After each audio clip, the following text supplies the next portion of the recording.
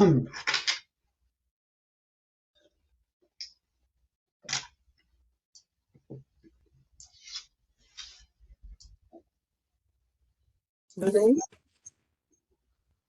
Yes. Can you hear me? Hey, what's the status?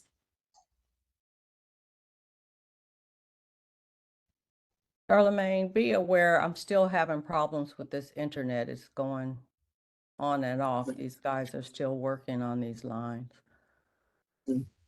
Irma, you might have to take your turn your camera off at some point just to make sure that it continues. That helps sometimes.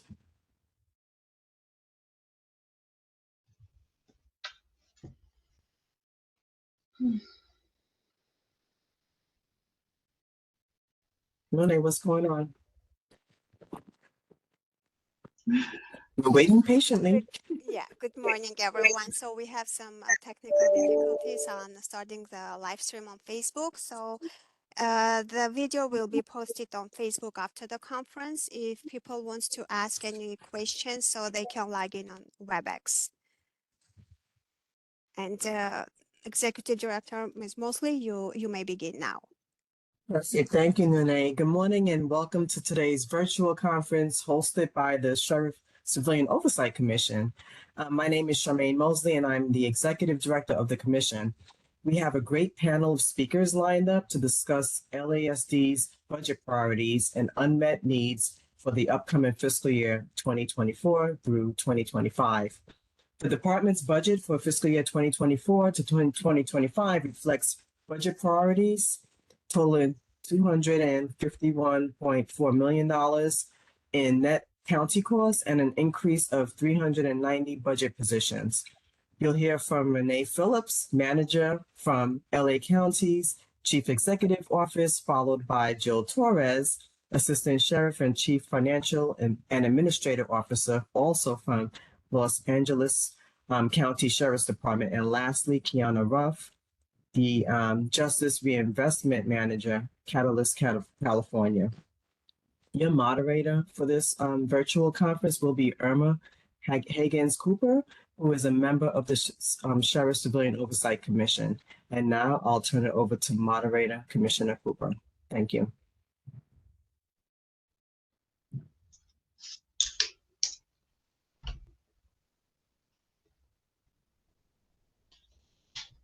Irma, please unmute yourself.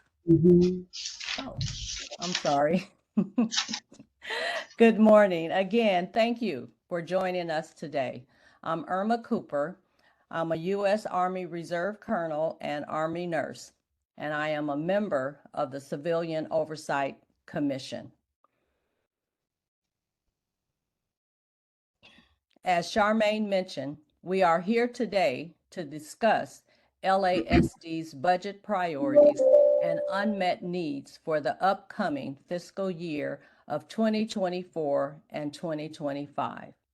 Each year, all the LA County departments engage in a budget process with the LA County Chief Executive Office to prepare for the upcoming year's fiscal budget priorities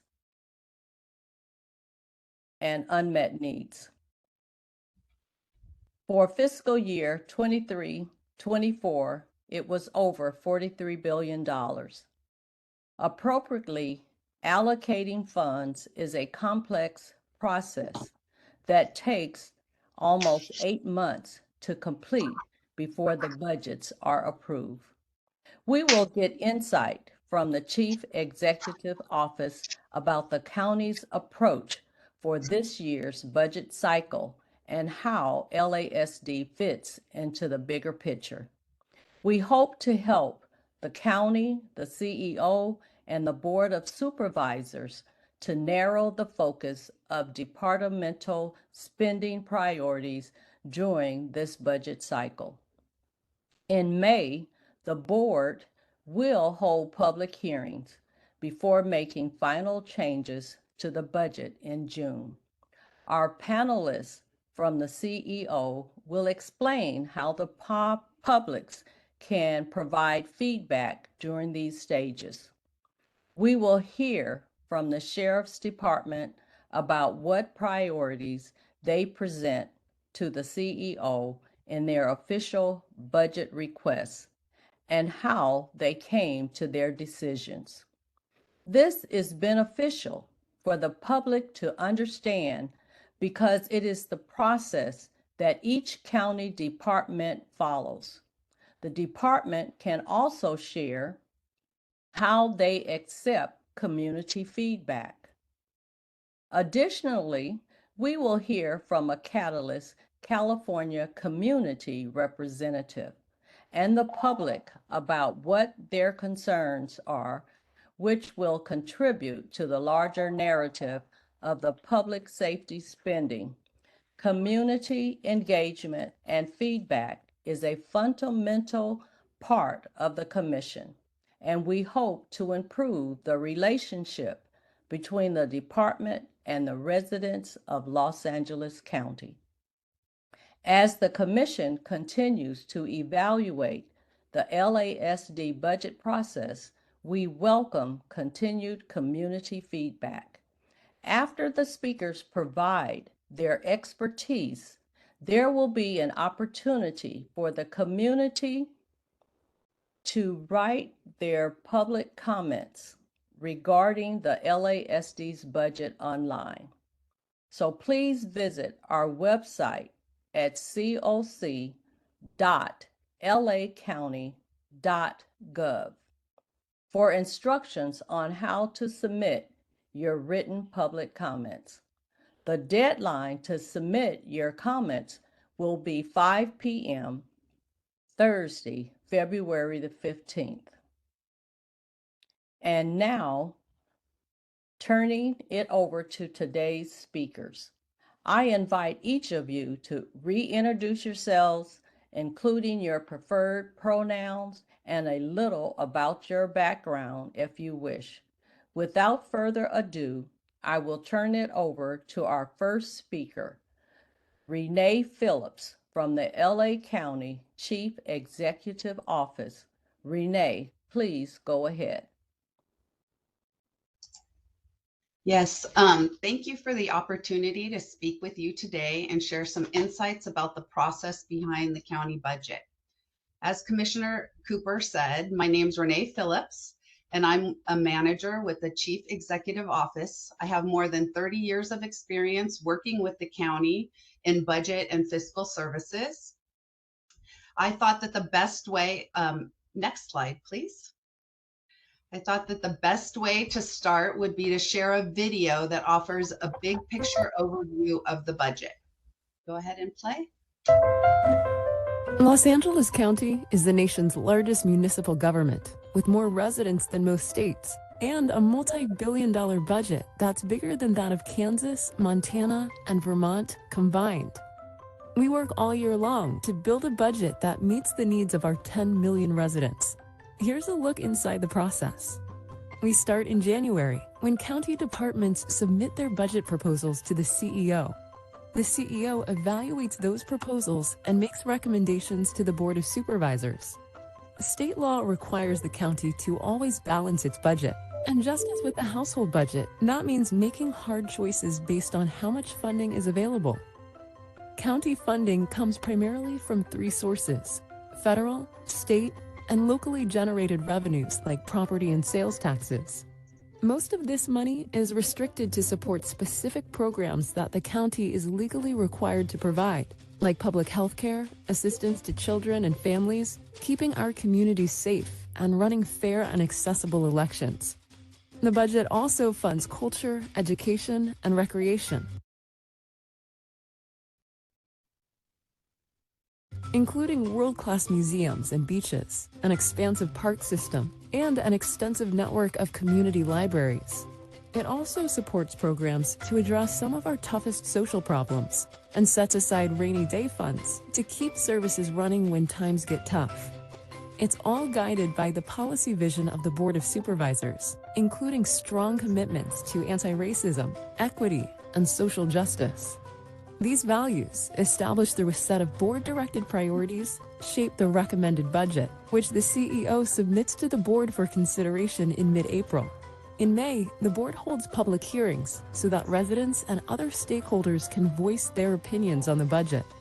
Next comes the adopted budget, which is traditionally approved by the board before June 30th. And finally, the supplemental budget in October to incorporate state, federal, and other allocations. Once approved, the county's final adopted budget becomes its spending plan. That's a quick snapshot. For more information, visit ceo.lacounty.gov and click on the Budget tab.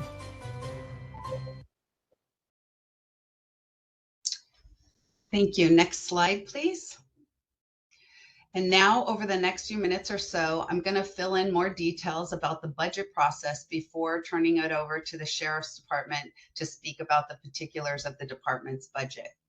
The driving force behind the county budget are the 5 members of the Board of Supervisors who set priorities based on the needs of their constituents and the mandated responsibilities under California law. The board provides direction to our Chief Executive Officer, Kezia Davenport, whose staff are responsible for evaluating thousands of budget requests and balancing revenues and spending.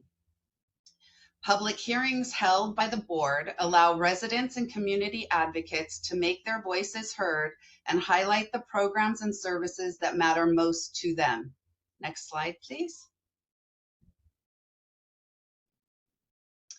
The CEO's role is to develop recommendations based upon the board's guidance, provide leadership in carrying out board policies, and ensure the county's long-term financial stability.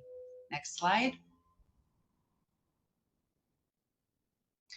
And while the board guides the budget and the CEO leads the process, the nuts and bolts of budgeting is a bottoms-up process that begins within each of the 38 county departments. They gather information, sometimes from multiple divisions, on what programs and services are most critically needed and present a detailed request to the CEO. CEO analysts from the Budget and Operations Management Bureau, which is where I work, which is where I'm from, and the CEO Classification Benefits Compensation Work Group, the Chief Information Officer, and the Auditor Controller come up with a comprehensive countywide budget, essentially a complete spending plan for the year ahead. The CEO presents the recommended budget to the board for approval in April. Then the board convenes public hearings, deliberates, and makes any needed changes before adopting a revised version of the budget before the fiscal year ends on June 30th. Next slide, please. Here's a timeline of that process. You'll note that the video pointed to a process that starts in January when the budget meetings get underway. But early preparations begin in October, and it really is a year-round process that breaks into 3 key phases outlined in the video: the recommended budget, the final changes budget, and the supplemental budget. The board will typically make changes after the public has an opportunity to weigh in and before the fiscal year ends in June. And then one last time before the final adopted budget is filed with the state. Next slide, please. This slide shows the budget and the magnitude of those changes for the current 23-24 fiscal year. California state law requires the county to always balance its budget. So it's just like a household budget. We need to make hard choices based on how much funding is available. Next slide, please.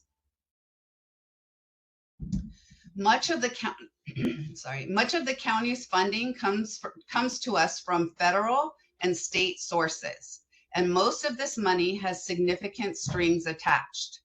These restrictions mean that we must use this funding only to support specific programs, including those that the county is legally required to provide, like public health services, assistance to children and families, keeping our communities safe, and running fair and accessible elections. In other words, we can't use Medicare dollars to fill potholes, no matter how pressing the need. The same is true of special district funds, established to pay for fire or library services, for example. Other charges for specific services like deputy patrols requested and paid for by contract cities. A smaller component of our budget are locally generated revenues, which come primarily from property tax. But there are also significant demands on this funding and obligations to meet, and there is never enough to cover everything our departments request.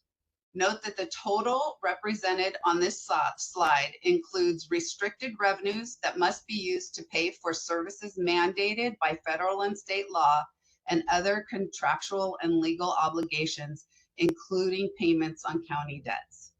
And 10% of the unrestricted amount must first be paid out to fund Care First community investment programs as directed by the board.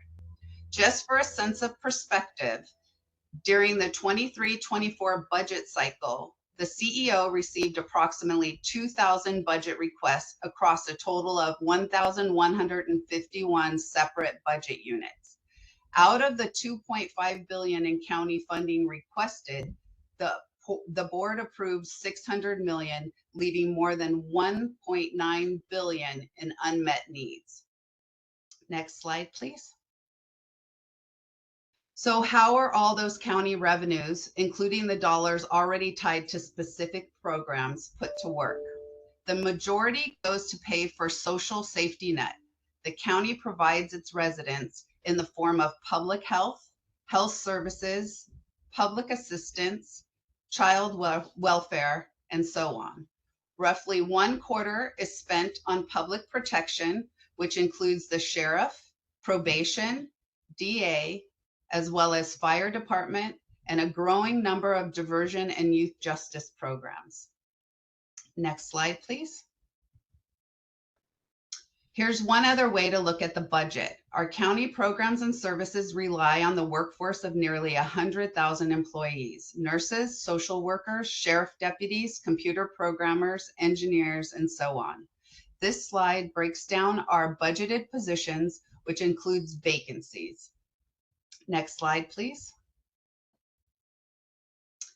As I mentioned, we must review all requests within the context of available resources, and there are many obligations that must be met before considering new requests. Those include 3-year cost of living increases negotiated for most of our county workforce, mandated federal and state programs, and compliance with new legislation, consent decrees, and a myriad of legal settlements and judgments.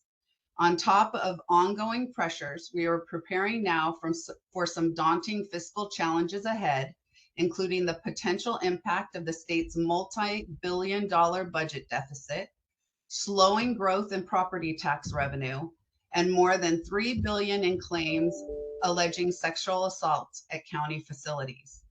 And looking farther ahead, the expiration of Measure H to combat homelessness and structural deficits within several of our county departments, including fire, library, children and family services, and health services.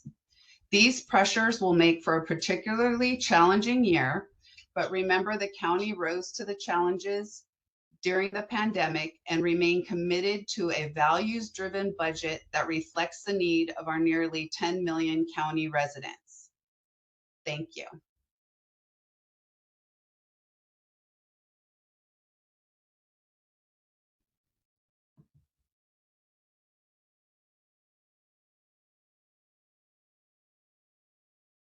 FedEx Assistant is enabled to save audio highlight.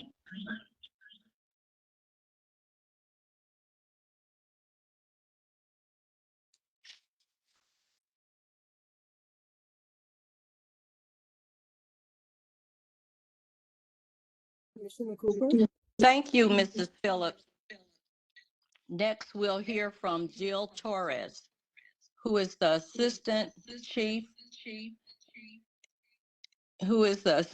Sheriff and Chief Financial and Administrative Officer of the Los Angeles County Sheriff's Department.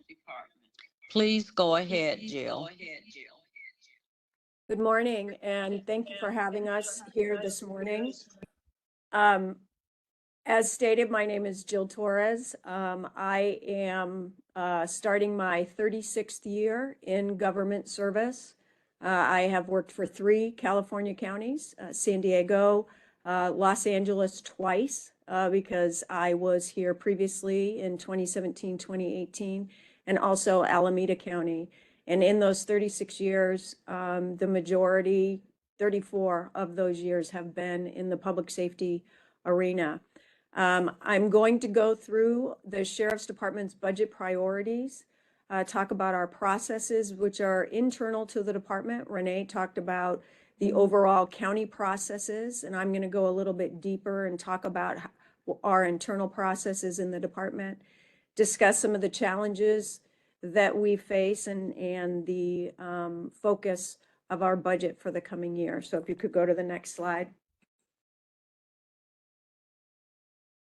So Renee talked about the overall budget process for the county internal to the department.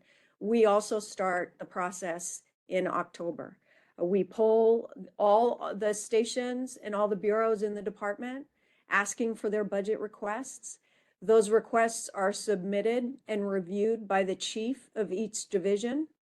Though the chiefs prioritize the requests, and they are reviewed by each assistant sheriff. The assistant sheriffs and the undersheriff get together and establish priorities for the department, which is what we'll be talking about. We then submit the prioritized items to the county executive office in the January timeframe. And we'll move through the budget phases that Renee talked about of recommended, final changes, and supplemental. From this point on, after our budget is submitted, it becomes a negotiation process all the way through the October timeframe, where we're providing updated information, updated data, updated requests, as we move through the entire budget phase. So if you could go to the next slide, please. Staffing is one of our biggest challenges in the department right now. And to give you an idea of where we stand, we have 1,227 vacancies in our sworn position. That's our deputy ranks. That represents a 12% vacancy rate. However, we have 881 sworn impairments, which means that those people are off work and unable to perform their job duties, whether they're injured, on various types of leave. So when you add those two together, it's 2,108 positions that are not filled, which is a 20.6% vacancy rate. When we look at our civilian staffing, we have 1,580 civilian vacancies. That is a 22.7% vacancy rate. We also have impairments in the civilian ranks. Again, people that have been injured, are ill, or on various types of leave, for a total of 1,930 civilian vacancies. That's a 27.7% vacancy rate. That presents challenges in the organization in getting work done. It also creates overtime. Overtime is something that the department is struggling with due to the vacancies and impairments. We are trying to limit the overtime that our employees work. We're very concerned about the impact that overtime has on our employees and our employees' wellness. We also are dealing with unavoidable cost increases. We are in an inflationary environment, and we have been for a number of years.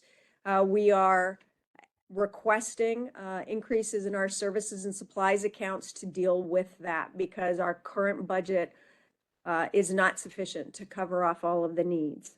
And then we have unfunded mandates in our custody environment, and we have multiple consent decrees and settlements, and are dealing with an increasing mental health population in our jail. So if you go to the next slide, please.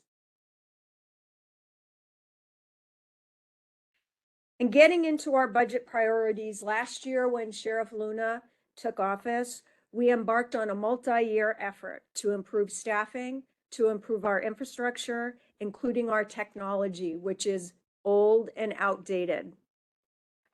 We are looking forward in our budget planning. We are strategizing for major events that are going to be coming to the Los Angeles region in 2026 with the World Cup and then the Olympics in 2028. Our focus on budget priorities, we have multi-year investments, which I'll go over in a minute. We have a focus on department operations, staff hiring and retention, unfunded overtime, necessary safety equipment, our consent decrees, future planning, as I mentioned, information technology needs, board motions, and helicopters. So in looking at our multi-year investments, these are phase 2 of multi-year projects that were started last year. And that has to do with the replacement of our mobile radios. The county went to a new radio system, LA-RICS, last year, and that required us to replace all of our mobile radios. We worked with the county executive office last year and replaced 700 of those radios. We need to replace 2,100 total, so this is a request for another 700. We are also in the process of upgrading the custody CCTV program, the custody network, so that we can have better communication within the custody facilities, as well as modernize our systems. Right now, the network is old and outdated and will not support a modern jail information management system, tablets, video visitation, video arraignment, things that we are, again, looking forward to, but we cannot have those systems in place unless we replace the network. We are also, again, focusing on our department-wide network to improve that and bring it into a more modern platform. The custody body-worn cameras. This is a multi-year effort to put body-worn cameras in custody. This will assist us in our compliance with the consent decrees in the jails. We also have a major capital project to replace the boilers at the Men's Central Jail. We have to provide hot water for our inmates that are in custody, and this is a necessary infrastructure upgrade in order to maintain that. When we get into department operations, our vehicle fleet has been depleted over the last several years. The vehicles have not been replaced as frequently as they should. We're approximately 1,500 vehicles behind in replacing. Driving is one of our core functions. We do a lot of driving, and the vehicles are old, aged, and they need to be replaced throughout the department. We'll be working with the county executive office on the best approach to replace our vehicles, and that will likely be a multi-year effort that we embark on in conjunction with CEO. We obviously, with the vacancies that we have, our next request is a focus on additional academy classes. We are funded for 4 academy classes. This will add 4 more to keep us at 8 classes throughout next year. Our hope and our goal is to get 80 to 100 in each class. However, we haven't been able to achieve that in the current year, but that is our goal in order to fill our vacancies. Nationwide, law enforcement hiring is a challenge, and the majority of the departments nationwide are struggling with the issue of hiring. We are looking at developing an employee wellness center. As I said, we are have a lot of overtime. We are concerned about our employees' wellness. We had a number of suicides last year of our employees, and we've identified a building that we would like to outfit into an employee wellness center, which would allow us to provide more counseling, more support, and ultimately move to having enough psychiatrists on staff or psychologists on staff to have every employee meet with a psychologist every year. A lot of the request in that area is related to tenant improvements, and that's one area we will be looking at working with philanthropy or mental health associations to help identify some of those funds. We have unavoidable cost increases in the budget. That's what I talked about with regards to our services and supplies budget. That is largely in the areas of food in the detention facilities, fuel, utilities is the primary focus of that. We need ongoing funding so that we can replace our computers year after year. $1.6 million would allow us to replace 1,500 computers roughly a year. And we need to keep that on an ongoing cycle so that we do not fall behind in technology.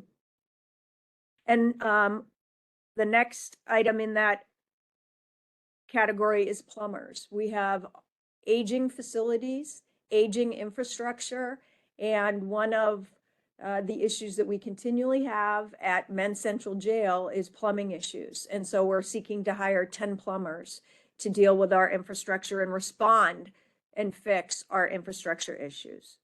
And the next area is overtime. The first item is just COLA increases, cost of living increases on our existing overtime budget.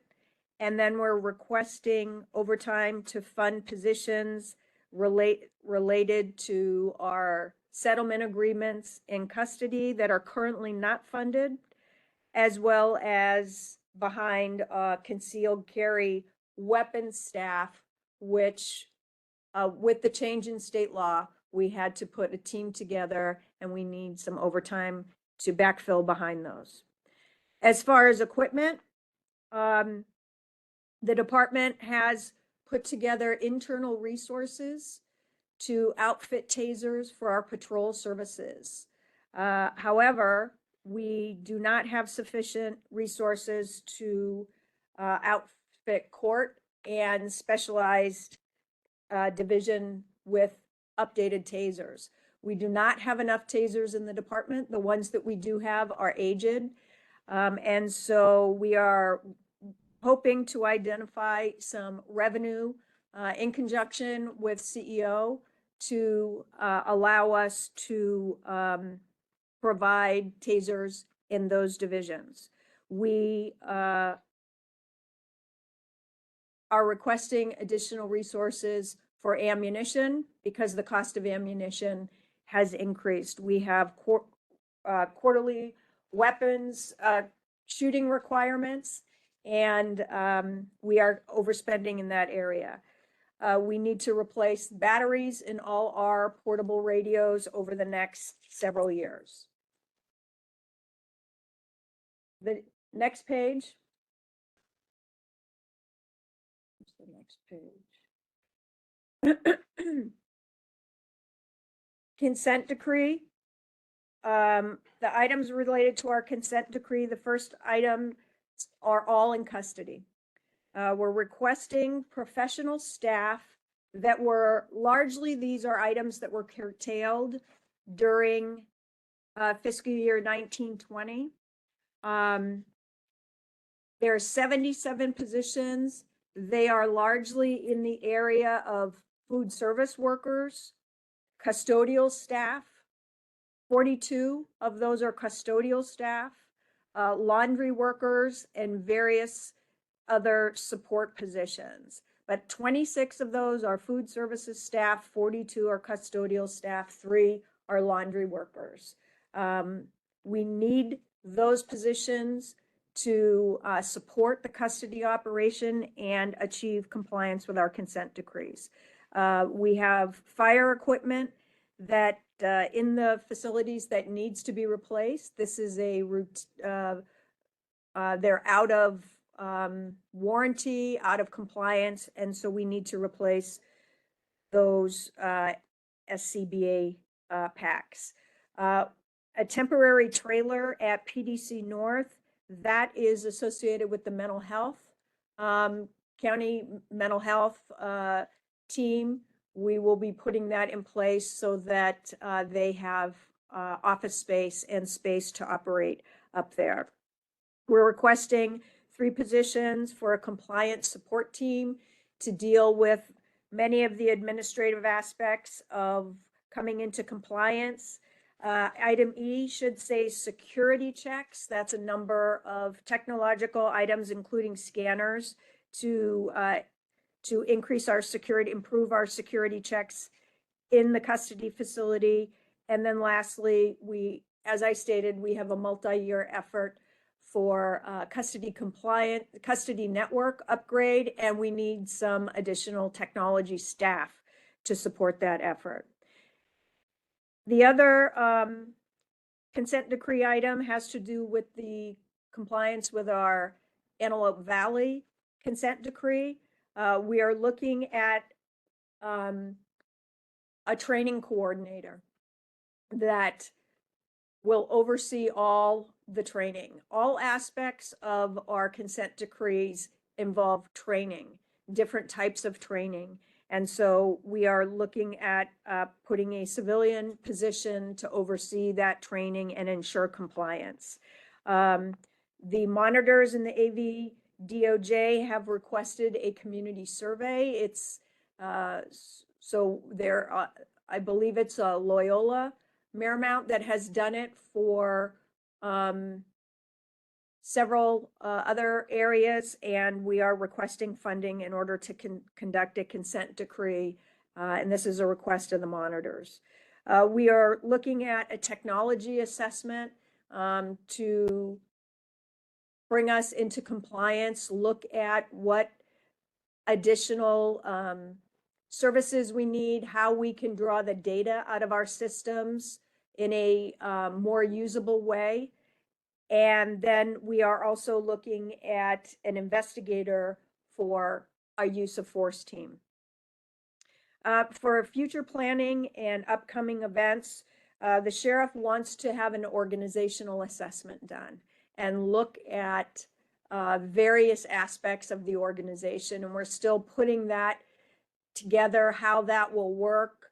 If it could be one organization that comes in and does it, if it will be multiple we'll break it into multiple aspects. But he is very interested in having an overall assessment of the organization. SIU expansion, this is our intelligence function. It was largely dismantled. And as we move towards specifically the World Cup and the Super Bowl, we're looking at the expansion of the intelligence functions to provide increased capabilities as well as work closer with our federal partners as we move into those large-scale major international events. Information technology is a variety of services that are outdated and need to be upgraded. Custody, the radio network in custody needs to be upgraded.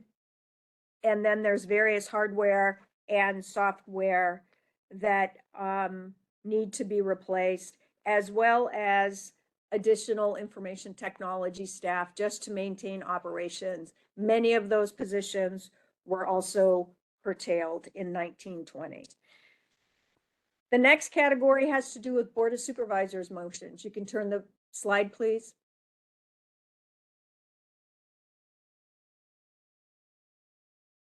Oh, 2021. We are looking at 3 additional captains based on a recommendation from your commission. If you recall, your commission recommended that there be 6 stations that had a 2-captain model. LAPD has this model. We received 3 captains last year in the budget. Those went to Palmdale, Lancaster, and East LA. The next 3 captains, we're requesting the remaining 3 captains to go to the other recommended stations. We are requesting body scanner replacement of our body scanners in our detention facilities, and this relates to a board motion that to limit the amount of drugs coming into the detention facilities. Associated with that would be overtime to run those body scanners, as well as a body scanner replacement at PDC South facility, and that is in the visitor area so that we screen visitors as they come in for visiting. Thermal undergarments was an issue that was identified as when the temperatures dropped at, I believe it was Men's Central Jail, a number of inmates were requesting thermal undergarments, and that was not something that we had. And so we are requesting funding for that. The 5 canines also ties into the drugs in the detention facilities. And then the board approved motion on having no cost phone calls for in the detention facilities will utilize inmate welfare funding that had been used for some facility services. And so we are asking to move those services from an inmate welfare funded item to a general fund or net county cost funded item. And lastly, our helicopter fleet is aging and aged and needs to be replaced. Right now we have 4 rescue helicopters. One of them unfortunately crashed a few years ago, and we need to replace that. We did get some insurance proceeds for that, and this is a request for the remaining funding so that we can replace that search and rescue helicopter. We have 12 patrol helicopters. Most of them are over 12 years old, some 18 and 19 years old. And so we are looking to replace through debt financing 6 of those. And then, I'm sorry, the first item, the aero maintenance needs, that's to maintain our existing helicopter. And then the last item was the replacement of the search and rescue helicopter. So in total, the department's requests are 390 staff, and as stated earlier, $251 million. When we go to our unmet needs, the next slide, we have a number of unmet needs, and there's a lot of these items that the department wishes that we could move forward into our priority requests. One of the things that you did not see in our priority requests anywhere was expansion of sworn staffing. We are not expanding any of our units with sworn staffing. We are not requesting any sworn staff because of our vacancies. Any of the professional staff that we are requesting are in areas that we're able to hire. Some areas we are really struggling to hire, and so we are really trying to be focused on that. But we do have a need to expand programs as part of our settlement agreement. That right now has to be an unmet need for us because we cannot add to our current vacancies. We need a use of force investigative team in custody. We received some positions for that last year. We need to expand that, but that's not something that we can undertake right now. Gender responsive services, additional staffing, and rehabilitation program, again, a priority for the department and a board motion. but it requires the addition of sworn staff, and that's not something that we can do. 4, 5, 6, and 7 all have to do with county correctional health services and our partnership with them in the detention facilities. It would all require additional overtime of our staff, and we are not adding any positions or any programs right now that will increase the amount of overtime on our staff. 10 additional diesel powered buses. That is going to continue to be a need for us. We worked with CEO in the current year to identify resources for 20 diesel buses. However, we have a fleet of 80, I believe 80, and they are aged and need to be on a constant replacement schedule. So this would add another 10. We have the need for additional county council staff to assist us in many of the employment issues that we have. We need additional facility planning positions. We need positions in our fingerprint identification, the crime lab, and additional dispatchers. We have a need for a grant unit accounting officer to process and account for all the grant funding that we receive from the federal and state government. Additional capital assets, that's equipment over $5,000. There's the need for $3.2 million in custody. Judgments and damages, our budget is continually short for that. That is an unfunded need. Our CAD program, computer aided dispatch, we have that noted on here. However, that we included last year, and that will be funded through the county's information technology board. But we did have that noted on here, and we believe that that process will continue, and that asset will be replaced in the next few years. Our patrol stations are in need of support personnel. Our mental health evaluation team and our homeless outreach teams, I know that's a priority of your commission. It is a priority for the department as well. However, in order to expand those programs, we would need to pull from other programs, largely patrol, and leave shortages in the patrol area. And so at this time, we're not able to expand those services.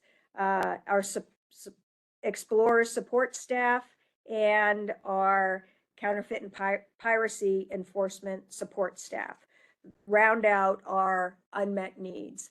And I should say that it was difficult for us to limit this to 20 because the list could go on much longer. But we, again, focused as a department on prioritizing these needs and not provided an unending list. But our needs are many. We are a large department, and it is expensive. Our requests are expensive, and we recognize that. We are working continually with the county executive office to be good partners. We are really focused on the items that we can improve efficiencies, improve effectiveness, and use technology in a way to leverage improvements and lighten the workload on our staff. So that ends my presentation.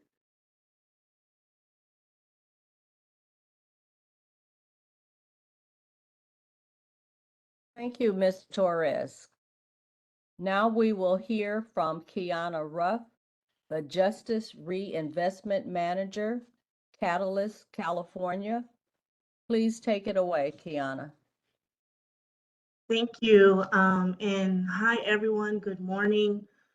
Before I start, I wanted to just extend a big thank you to Tracy and the LA Sheriff's Civilian Oversight Team for inviting us here.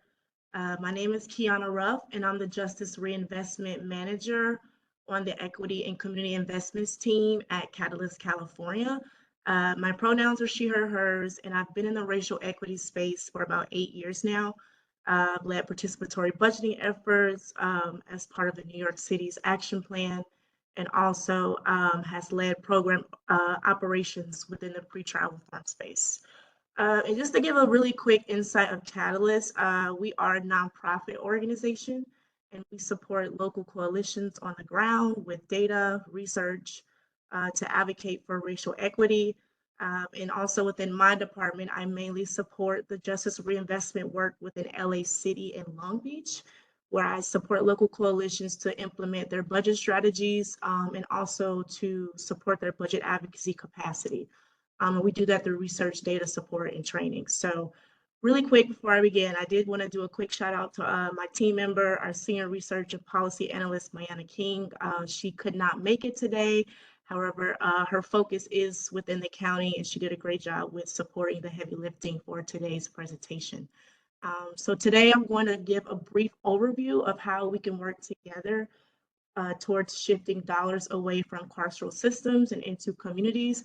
As I know, it's a very complex thing that we're working with. And so we're all here together just to learn and to grow. And along with that, just explaining why it's important, when's the best timing to advocate for funding. And I'll also offer some policy and budget recommendations at the end. So we can go to the next slide. And so to get started, and I know Renee touched a lot on budgeting, and but one thing that we also wanted to do was really level set local budgets with their goals in their development processes. So the first question to ask are, what are local budgets? Local budgets, they are forward-looking financial plans that shows the priorities of the county. And something that's important to note, they're more internal financial documents. So historically, budgets have not really used an equity lens that's more inclusive of bringing community in to make budget decisions and community priorities within the development process. So in order to move in the direction of building an infrastructure that creates healthy and equitable communities holistically, we have to develop a budget process that centers racial equity and also empowers community-driven decision-making power. And if we can go to the next slide. So here is an infographic. I know it's a lot here on the screen, but I'll break it down a little bit. So this graphic, it explains the historical barriers the budget development processes and localities have operated under. So it highlights the opportunities available to building out a community of care infrastructure and the different ways to achieve the goals. So on the left side of the infographic, we see our challenges. And the challenges, they consist of historical decisions that have widened racial inequities. We also have divestments in community care systems such as health, education, and recreation. And we can see overinvestments in punitive policies in jails as our challenges for a holistic community of care. And if we look on the right side, we have opportunities, which consist of building out a community care infrastructure that invests in services such as violence, trauma prevention, mental health, and reentry support, along with making policy decisions that create healthy and equitable communities.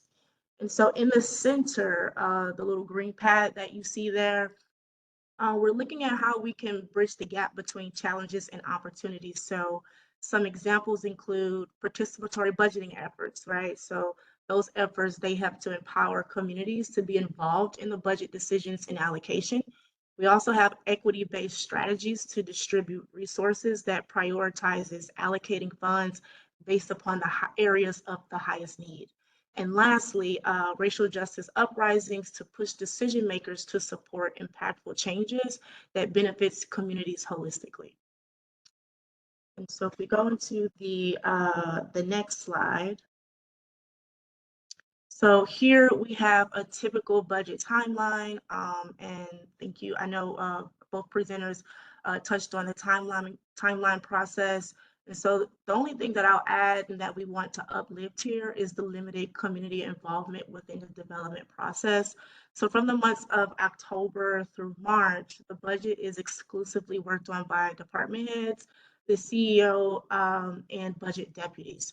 So the first time as community members that we usually see community involvement typically is in the month of May when there are public budget hearings held. And if certain supervisors or department heads do incorporate community engagement and insight for their priorities, that's a great process to have and to aim for.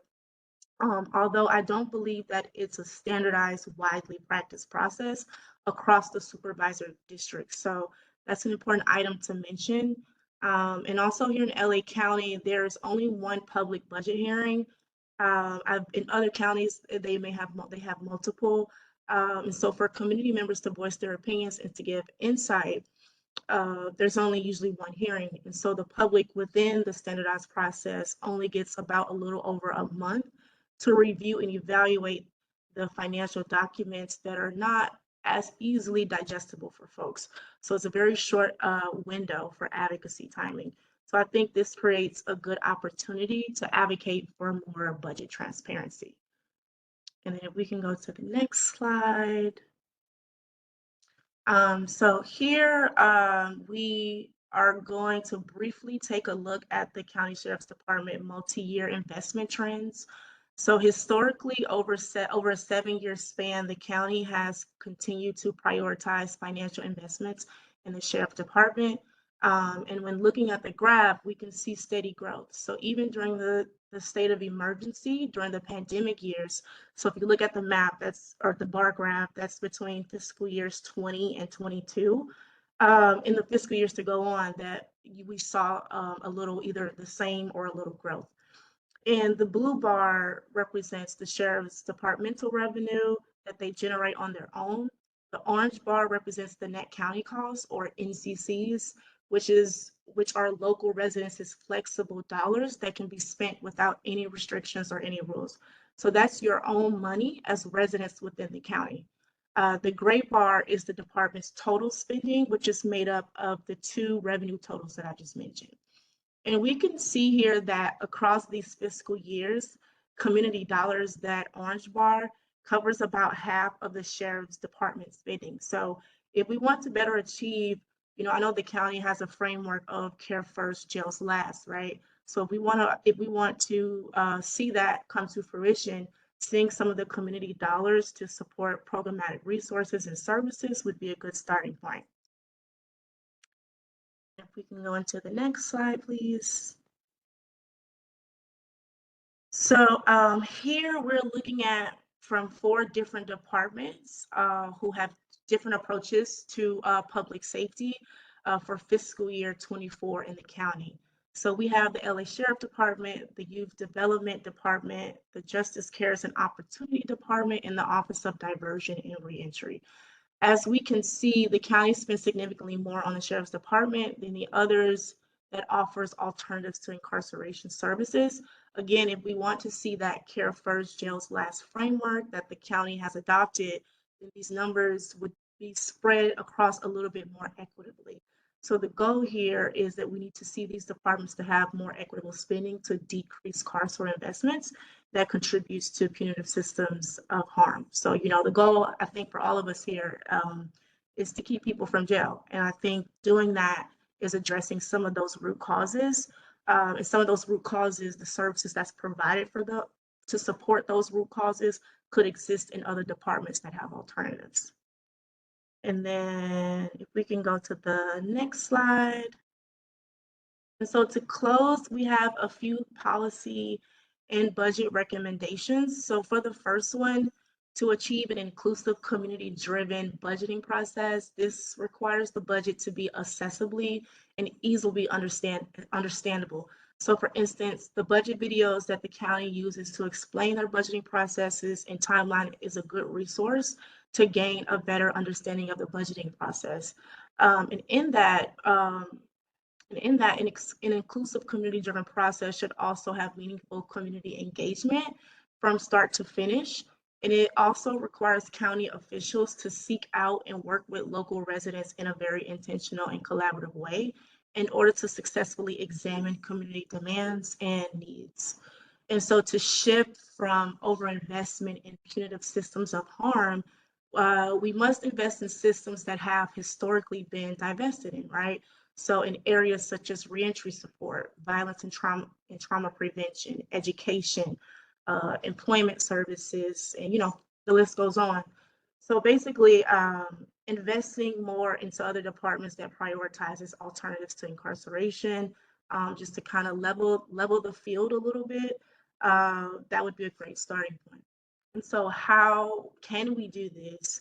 We can do this by using equity-based strategies to distribute resources to communities. So what this means is using equity-based data. We also use equity-based tools and frameworks to find the highest need in communities, and to use those tools to address the needs that come up. And so this also means to engage community during the process of developing the budget equity tools. And lastly, to find an annual dedicated funding streams and mechanisms is important and key for structural reform. So we're always looking at that long-term vision while supporting immediate needs. And so I think the key is making sure that we're putting things in place structurally to change the framework. And this could look like mobilizing ballot measures, for example. So there's a ballot measure, Measure J in the county. And I can talk about that more during the questions. But that ballot measure is just one example of how to create that structural reform while also shifting the prioritization in how flexible dollars are spent. So that was a lot of information in a very short span. So you can go to the last slide if you don't mind. Yeah, so we have some of our social media handles there, and I can put my contact information in the chat for anyone who wants to follow up if you have any questions or would like any access to the slides after the panel discussion. Thank you.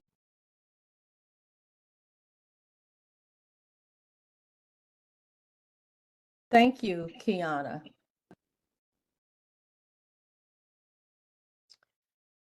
So this is clearly a complex process that requires a balance to ensure our spending is reflective of the department's operations and the community's needs. It is so important that our communities can live safely and with peace of mind. But before we jump into questions from the public, I would like to ask the panelists a few questions. We talked about an organizational assessment. Can you just explain what is the goal of the organizational assessment? What is it that you hope to find that you don't already know? Any of the panelists can answer this. Thank you.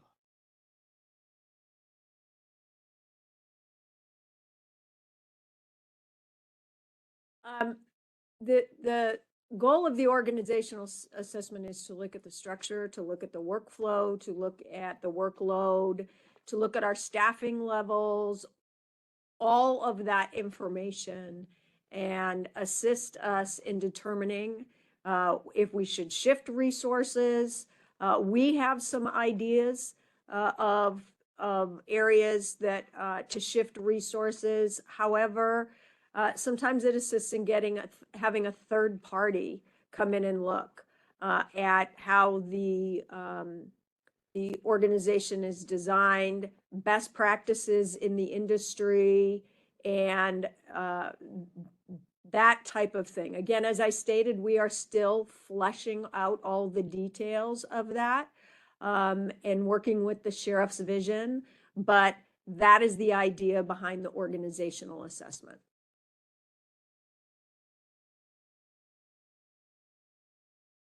Thank you.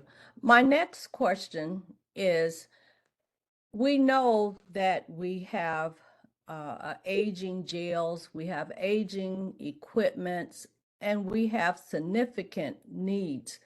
But have we done a comparison cost of all these repairs and new systems versus building a new jail? Because we talked about that years ago, and we didn't build a new jail downtown.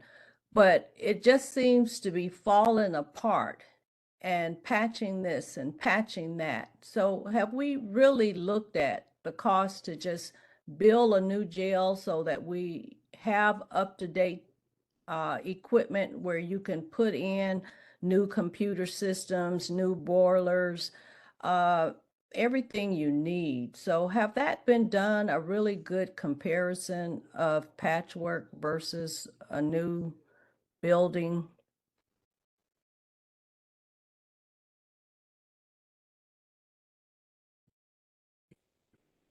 I don't know the answer to that. I don't know if that has been done. I would have to defer to CEO. Yeah, I was just going to say, I'm not sure if the comparison has been done, but I know before the decision was made not to rebuild Men's Central Jail, there was a cost estimate for to build not a new jail, but I believe it was a restorative community justice center, you know, with secured beds that had a more home-like environment, but that was placed on hold because the Board of Supervisors direction was not to build new jails, but to try to create diversion programs so that we could depopulate. And that is really the key is, and the sheriff can weigh in on this too, is though you can't close Men's Central Jail until there is the depopulation and the diversion and safe places for everyone to go. And I would say Thank you. from our perspective, Commissioner, we have an obligation to maintain the facilities that we have. And that's what we're trying to do. Okay, I appreciate that. My next question would be, have anyone even considered where funding can be shifted in the sheriff's budget over to more community needs? Have you thought about what departments can go without and those funds can be shifted to the community? I'm sorry, can you guys hear me? I'm just talking and I guess I'm on mute. Okay, my question is, what departments can funds be shifted from LASD to the community? Have anyone even thought about that or looked at that, what you could go without and shift to the community to improve the community, to decrease crime and need? Because when you look at $43 billion, that's a lot of money. And how can it equally be divided? Yeah, I think the focus has been on like, and Ms. Ruff mentioned it, Measure J, which is also called Care First and Community Investment. So any new funding that comes to the county, 10% automatically goes to the Community Care and Investment Fund. And so far in the last years, I think it's two, three, it has grown to 288.3 million.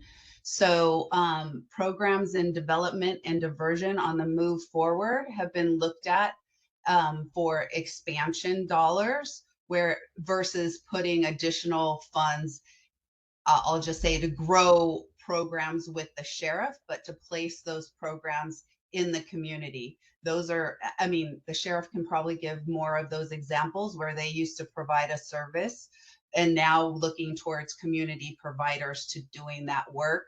And that includes diversion and alternatives to incarceration. So we've seen Care First departments and programs grow to 812 million, from 812 million to 1.48 billion in 23-24, which has seen an 82% increase.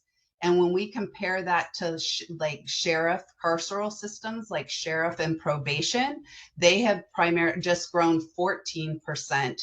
And that 14% is primarily related to cost of living wage increases. So like the minimum mandate that's required for them. So there is this balance, you know, trying to ensure that, you know, sheriff has what they need to meet their mandates, while also trying and focusing on community programs and diversion, you know, as for alternatives to incarceration. So I don't know if Jill or Kiana, you guys want to add anything? The only thing that I would add to that is that I know that our custody staff work closely with Justice Care and Opportunities, JCOD, and Diversion and Reentry to place people that don't need to be in jail, not in jail. And that work continues. But we are still hovering right about 12,200, which in the jails of our population, which I will say is a significant decrease. When I was here in 2017, 2018, it was over 18,000. And so since the sheriff took office, I believe the population has gone down approximately 2,000 people. So we continue to work on that effort. Again, our focus has to, you know, is the caring for those inmates that are currently in our custody as well, that have been remanded to the custody of the sheriff.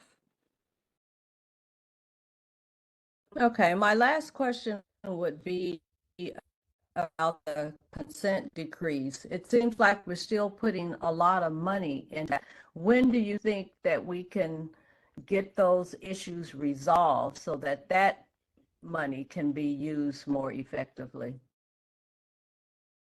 I don't know the answer to that, when they will be resolved, but I can tell you, if you look at last year's budget and this year's budget, that is clearly our focus. The technology that the department has currently has been one, or I should say, the lack of technology that the department currently has been one of the impediments in us being able to be removed from the consent decrees. We're not able to adequately document for the monitors some of the progress and some of the issues and some of the practices. And so upgrading our technology in many areas will assist us in demonstrating compliance to the monitors in both AVDOJ and in custody. I believe it is still going to be a multi-year effort, but I don't have a date. Thank you. I appreciate that. Now we'll like to open it up to the live Q&A portion. Noonie, are there any community questions for the panel?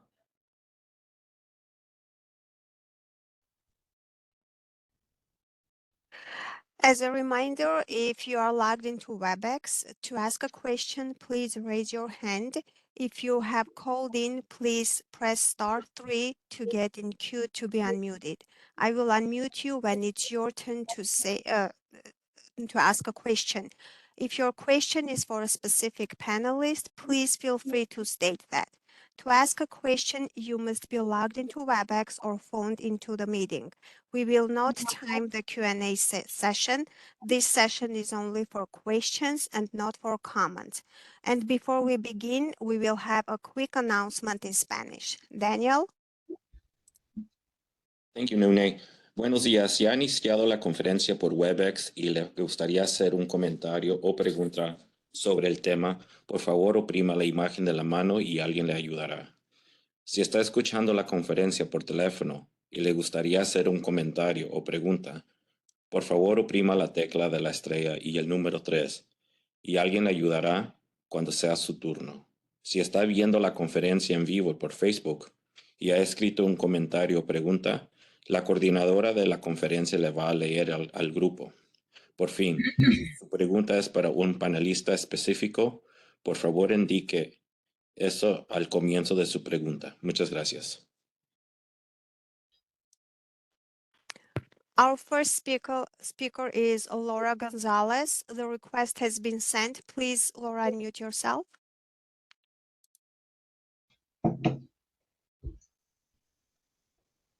Laura? Hello, can you hear me? Yes, we can hear you, Laura. Go ahead. Hi. Hi, again, like I said, my name is Laura Gonzalez. I'm the owner of Laura Ashley Agent here in the Antelope Valley. I did want to state that I did hear the question that Ms. Irma asked about, has anyone thought about allocating the money into the community? And out here in the Antelope Valley, I do want to let you know that I do have the answers because I am working on it. So what I do is the real estate social work, which houses the homeless population into shared housing with social workers present in the home so that all needs are met. We have home needs, physical needs, mental health needs, and emotional needs. So the question I have for you is, would you be willing to look at allocating funding into those sources so that we would have a better community-based out of incarceration?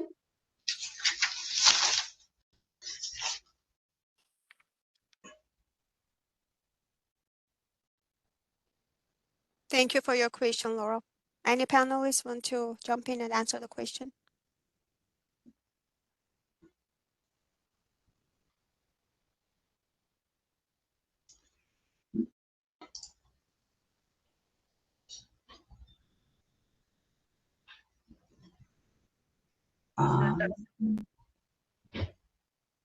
Okay, so maybe I might switch it up a little bit and we can reword it better. So when I was looking at what your unmet needs were, and I was writing them down, and what I have seen is that primarily your unmet needs are in settlement, homeless, and training, which are really big things within the community. And I'll say the Antelope Valley, because this is where I reside and I know this valley very well. I've worked in all of these settings, and I know where we can fix some budgets to assist settlements.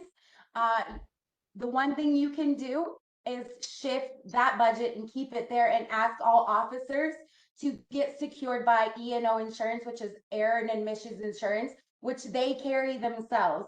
In the event that there is a some kind of lawsuit, it goes to them versus to us, which could help you in your budget.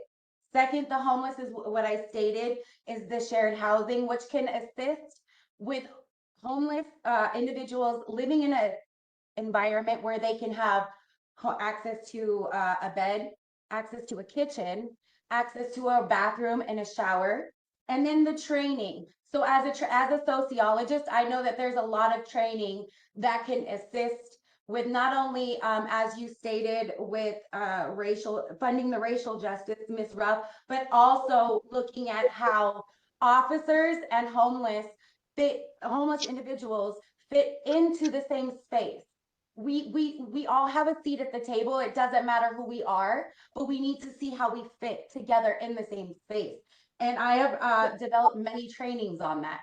So in that event, because I know you're looking to do civilian hires, how would you fund those programs in a better setting? I'm gonna, this is Renee from the CEO's office, and it sounds like it's like part of the community investment that the Measure J group, and there is a county work group that people are invited to join. I'm looking up, and I'll give Commissioner Cooper the information so that you can connect with that work group, because that's specifically what they focus on, is getting work into the community provider to support this population.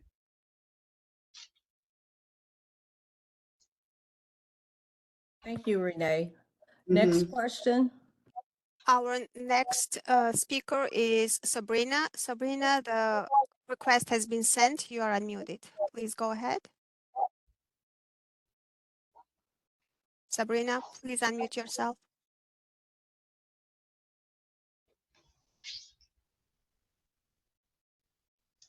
We'll go to Dana Ball. Dana, the request has been sent. Can you please unmute? Personally. Hi, can you hear me? Yes, we can hear you, Dana. Okay. Please go ahead. Yeah, this question is for Jill. I'm at the Public Defender's Office, and many of our courthouses, Jill, as you know, are still complaining about the inability of clients to be transported to the jail.